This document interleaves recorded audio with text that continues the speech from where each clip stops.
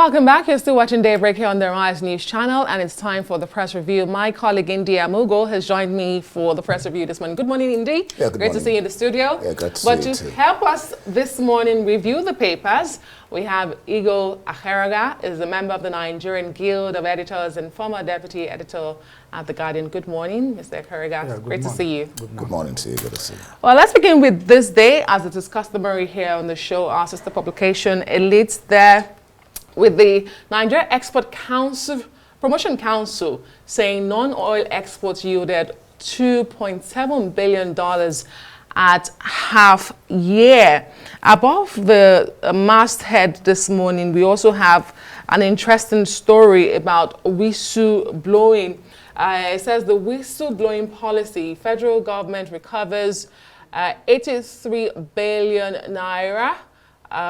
My site filming this morning, a couple of figures there, 5.4 million euros and some pounds in 6 years.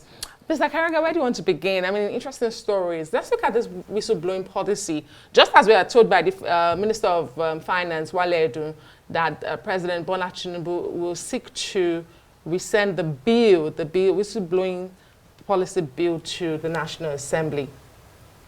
Well, it's interesting that this government is revisiting that key policy that was first introduced, I think, under the Jonathan government. Yes, I recall clearly. Yes, that policy sought to encourage citizens to see something and then say something. For those who also work in government agencies and parastatals, where you know what it is, various corruption ranking agencies have placed the civil service or the public service in Nigeria as ranking almost number 2 or 3 in the corruption index. So for public servants or civil servants who see financial documents that do not comply with financial regulations, you know, they are expected to, you know, keep those documents, inform the relevant agencies. Of course, that is the essential aspect of the whistleblowing policy. And then they get rewarded with 5 or 10% of the see something, say something, and get rewarded. That is recovered. So this government is revisiting it. But my worry is that most of these monies that are recovered usually are either reluted, rediverted, and then, of course, they become the spending is just opaque. Nobody knows what happens to them. We just hope that it's a good policy for citizens to support their government by providing intelligence or information as to where monies are diverted. But what is key here now is what the money is used for eventually. We were just discussing yesterday concerning just about what happens in the north and how I think it was a cameraman was telling me that most of these bandits, the people know them, you know, and they know where they live. You know, then there's the danger of when you talk, are you protected? I mean, aside receiving 5% or so, but when you talk, are you protected? The protection of the whistleblower. Of the whistleblower. That is very key, because if you don't get, if they're not sure of their protection, I mean, the likelihood that they will speak is very minimal. But let's go to the Guardian. NIN, SIM linkage and national security. Fresh anxiety as LG disconnects 50 million unlinked SIMs September 14. So a new date has been set. Of course, you know what happened last time. And the discussion here was that Nigerians, no matter the time you set the date, some of them, let me not say Nigerians, some of them will not do anything about it until it is too late. What do you make about this?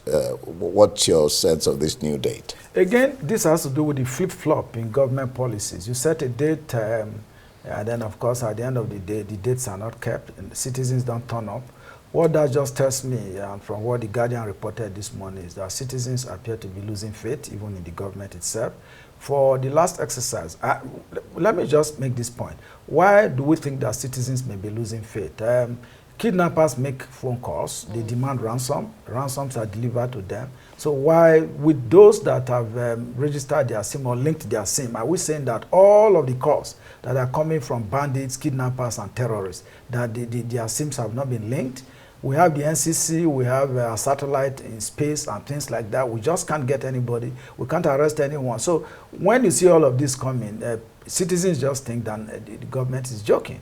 You know, so if the government disconnects 50 million, or they are about disconnecting 50 million SIM that is not linked to their NIN. You know, what has the NIN done so far? What has been there? We also think that the government should come out and say, okay, with the introduction of NIN, these have been the achievements, these have been the gains, but nobody is saying anything. I think that is why the reluctance is there. And then, of course, with the poverty level amongst Nigerians, a lot of people are struggling to eke out their livings. You try to register your NIN or try to do the linkage.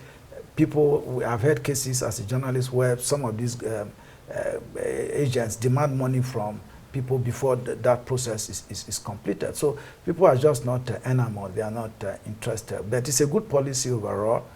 If this can go through, to help the security agencies to enhance their technical capabilities to track criminals, you know, wherever they are. Indeed, you know, you're right, because experts, just reading the story, experts are wondering why this has not helped in tackling crime, because recall that when this policy was first introduced in 2020, the government did say that one of the reasons it was doing this was to help to track and curb crime rates, but we're seeing that on the rise in recent times. But the NCC is also saying in this story that they have recorded 96% success, because they say 153 million SIMs have now been linked to NIN. So we keep our fingers crossed on this story. But so just 4%? 4% left, yes. That's what they are saying. And the Guardian is reporting that that's roughly about 50 million SIMs.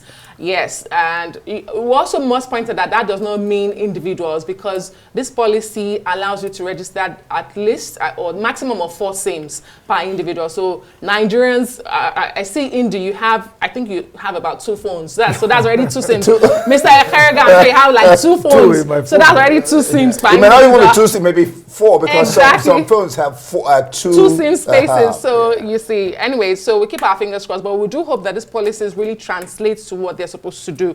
I want to stay with the Guardian front page because, Mr. Ekerega, I want to ask you if you have any idea what is really going on with the PDP, the major opposition party in the country. And that story in front of the Guardian this morning, you say it's in the purple box. It's a picture of Chief Olabode George, who is a chieftain of the PDP. And he is saying he's advising former presidential candidate and former Vice President Atiku Abubakar to contest presidency in 2031. He says to him, don't contest 2027. And he's citing in this story example of Joe Biden, who has stepped down for Kamala Harris. He also cites the party's constitution and the mood of the country. He says Muhammadu Buhari was in power for 8 years and that the South needs to also do 8 years. So Atiku should just forget the presidency in the next election. What is going on with the PDP? You have this coming up. You have an acting chairman, Damagum, who says nobody can remove him from the office. You have a Wike Fubara crisis. You have the governors who seem to be backing Fubara in this crisis. But what exactly is going on in the PDP? And then Dino Mela says PDP oh, yes, has reached its end. Thinking of suspending him. Well, let me start with Dino Melaye. Dino Melaye lost the last gubernatorial election in Kogi State.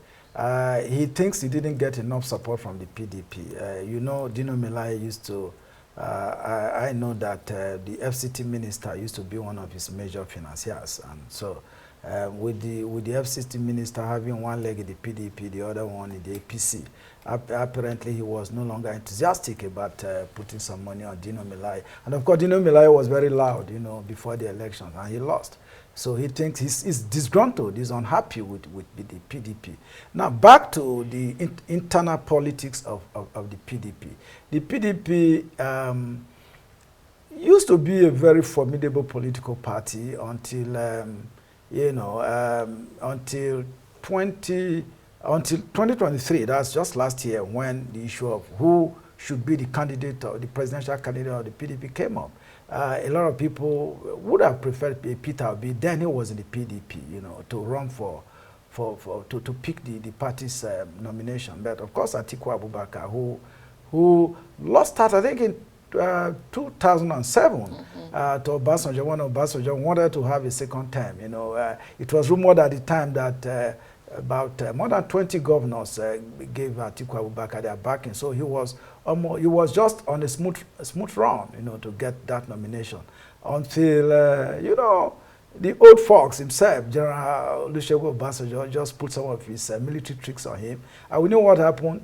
Obasanjo got the ticket, and since then, Atiku has been nursing this unrealistic ambition. I do not even think, really, at this point, that an Atiku Abubakar should still be thinking of, he should just be an elder in the party. He should not be thinking of running for the presidency of the PDP. At a time that so many young Nigerians, are also angling, to take up a leadership position. At best, if the PDP can, the Labour Party where Peter Obi went to after he failed to get the PDP ticket, or he's also in some kind of crisis anyway. And so if the PDP can put his house in order and then speak to Peter Obi to return, to the PDP, and then they are able to persuade Atiku to stand down, because Peter Obi is a Southerner, the incumbent president, Bola Ahmed Tinubu is a Southerner. So it could be a two-horse race for two Southerners who are equally strong politically. If you look at the last election, Peter Obi had a very strong showing against Tinubu and Atiku. So there is a general, there is a general conception out there that if that happens, PDP may just be on a strong footing. But for Atiku to nurse an ambition in 2027 against Tinubu, I do not think that is, most Southerners will not embrace that ambition. Well, some would say if Obi moves to PDP, is he serious? I think a question of jumping ship up and down. Anyway, let's go to the punch. Flooding affects 133 local government areas. Government's plans evacuation camps as flood hits 28 states. And it says here it's affecting 133 local governments, 526,703 persons. Tinubu promises aid. Now, according to the NEMA, the heavy rains and flooding have wreaked havoc across the country in recent times. Having spread to 28 states, claiming 175 lives and displacing 207,000 plus. Now, the question always is, I ask when government says people relocate. It's interesting that this one is saying the president promises aid. I wonder which kind of aid. When you say people relocate to where? Have government made plans where people will relocate? Maybe a school, maybe a hall where they can be taken care of. What do you make of? Because this keeps reoccurring every year, and we don't seem to particularly get a hang on it here. Well, I'm not going to blame the subnationals, in this case the states, for this, because this is a national problem.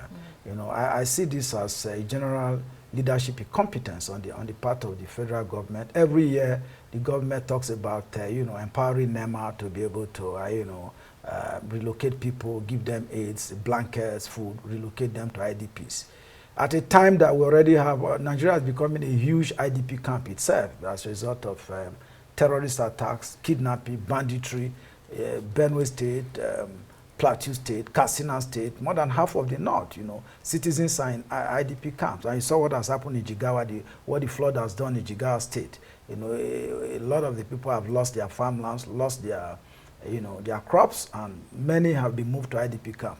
Now, NEMA is predicting that about 20 or so, 23 states are going to be affected with the heavy flooding that is coming. So the issue is, why do we always wait for the floods to come, and then the government comes to say, oh, we are going to relocate people, we are going to provide aids? What exactly are we doing? I think we have a minister of national planning also. What is the minister doing if he cannot plan futuristically to deal with flooding or any other emergency, for that matter, that can affect citizens across the country? So generally, as I said earlier, I see this as some form of leadership incompetence that is not able to deliver a futuristic plan to avert this perennial flooding that occurs almost every year. It's almost an annual ritual now that Nigerians have to contend with. And the agony that accompanies it, I can tell you, it is unbelievable. It's incredible. That's 175 needless deaths that has been recorded so far. And you're right, we get all these predictions yearly by the authorities, and then we still sort of, fall flat, face flat, like we're caught napping. Let's look at the front page of the Vanguard this morning. Two stories stand out. The NLC president, as promised, will visit the police HQ today. You recall that last week they had invited him, and then the labor unions had, put up some sort of confrontation to say that nothing must happen to their president. That's Joe Ajaero, the president of the Nigeria Labour Congress. Akeriga, do you think that this is a make or mar visit today, just as the labor unions have said that should the NLC president walk into the HQ and not come out, Nigeria should prepare for a shutdown of activities? But there's also that major story on the front page of the Vanguard this morning. WASCs, this is about the age controversy. The National Assembly has now intervened, and they say they will subject this whole controversy to hearing. You recall that the Minister of Education says the 6334 policy, education policy, must be implemented, and that means that Nigerian students cannot gain admission into the university anything less or younger than 18. Your take on the stories? I will start with the Joe Ajaero story. There are two. I think people are sharply divided on this. First, does the police have any fact, any evidence that the NLC president is indeed involved in terrorism financing? If it is yes, then nobody's above the law, including the NLC president. But if all of this is to rein in the Joe Ajaero, whom I know very well, as a very staunch and irrepressible union leader from his days as a leader of the Electricity Workers Union, where he had to tackle Obasanjo so much the days leading to the privatization of the electricity sector. He was quite irrepressible. And then we also saw his engagement with the federal government over the minimum wage. He just couldn't balk. So if all of this is to try and ask him to stand down or to rein him in, then of course there will be a whole lot of issues up in the hands of the federal government. But I doubt, as a journalist, also looking at what the Vanguard is reporting this morning, I doubt if the NLC president is going to be involved in, without prejudging what the police has or whatever evidence they have. But the police that I know, the Nigerian police, often they put the buck on the suspect to defend himself. They do not have, usually, you are arrested and taken in, and then you are given a statement to write, to defend yourself over allegations. They do not confront you with the facts. Unlike in other crimes where the police, if you see a policeman knocking on your door, you sure know that you are in some kind of deep trouble. But here, the police will come, it is you are the one, you are already prejudged guilty, and then you are asked to defend yourself. So, right. But if that's not the situation, then of course we are up to some very difficult situation. Then quickly, on the Minister of Education policy, honestly, when he... Is it his policy? He's been there for about 42 years. That policy has been in the books for about 42 years. Good, because that's, because a paper reported banning. So I said, but he said it's been there. It's been there. I read that. It has been there. But you see, a lot of people are also saying that at the time that the president, Bola Ahmed Tinubu, is pushing policies that will grant more access to people to go to school in terms of students' loan and all of that, encouraging more Nigerians, young people to be engaged, and all that. And then he pushes this policy to say, once you are not 18, you cannot write wire, you cannot write jam, you can't be admitted to the university. Some people are arguing that this minister is trying to reset the hand of the clock backwards, and that he is actually not helping the president to realize his vision for educational development in the country. So it's a good thing that the National Assembly is wading into this, so we'll see what comes out of this. All right, we'll see what happens. That argument of some people may be flawed, because, if you follow through the way that you're supposed to go through school is 18. but then you talk about special people. All right. But I have a problem with that. Quickly, I have a problem with that. We are competing. We are in a global space. We have 9-year-olds. We have 10 years old. You know, breaking records in the United States. Yeah, and Japan, that's China, why I said they don't special. deny them That's why I said. So you cannot just put a cap on let's see what on gives. intellectual competence of anybody. All right. Let's look at before we go international. Let's look at the Independent. This is very, very important. Talking about education to avert also strike, FD raises committee to review unions' demands. A meeting has been scheduled. The government and stakeholders agreed to reconvene on September 6, you know, to look at ASU's demand. ASU's leadership under Oshadeke has slammed a 21-day ultimate, 21 days on the federal government to address existing demands, some of which revolve around prompt release of revitalization funds for universities, the renegotiation of 2009 AGN/ASU agreement, and release of earned allowances for university lecturers. ASU is believed to be losing patience with the federal government, you know, and so that's why this is coming up. What's your make about this? What's your sense of I am this? deeply worried this morning that this is coming again. You know, if you look at what has happened between Nigeria, Benin Republic, and Togo, many young Nigerians who were in universities in the country, and ASU was on strike for 9 months, 8 months, sometimes over a year, they had to look for those who can't go to Europe, England, Canada, and the US. Went to Cotonou and Togo, you know, and to attend universities. The same federal government came up with a policy just last week to banning some of the, yes, that is not to say that some of the universities in those countries meet accreditation requirements, but the ones that what has happened is blanket ban on all private universities in Togo and Cotonou. I think first government should revisit that, because if ASU goes on strike again and students in public universities in Nigeria, you know, are left stranded, it depends on how long that strike takes. That is going to create a whole lot of, you know, lacuna in the educational system in Nigeria. And the most worrisome aspect of this is the reluctance, the inability of the federal government to keep to its agreement. It is only in Nigeria that I know of that every time you see lecturers, professors of our universities always going on strike, because government prefers to spend more money in with 21 billion in the vice president's house, you know, 90 billion around to go on pilgrimage, Hajj, and all of that, instead of putting money in the educational sector. So the misplaced priorities are the root of also our national crisis. And I think the president should see this as a serious warning and sit down with ASU and resolve this before it becomes too late. Okay, very quickly before I let you go, the Daily Graphic features the Ghanaian president, Akufo-Addo, who's advocating for strengthened regional security mechanisms. He was speaking at the International Defense Exhibition and Conference, IDEC 2024. But if you flip to the United Kingdom, where you have Brexit the Mirror, Starmer, Germany, Brexit reset. If you look at the I, Starmer must give way on youth migration to get softer Brexit, EU sources claim. Can the UK really reset Brexit? Starmer was in Berlin yesterday. I believe he's going to Paris today, France, trying to seek a softer relationship. Softer Brexit. well, this is a bit funny to me when the story broke yesterday. I think the Tories, when, you know, the Labour Party didn't quite support Brexit. The Conservatives went all out for it, and they got it.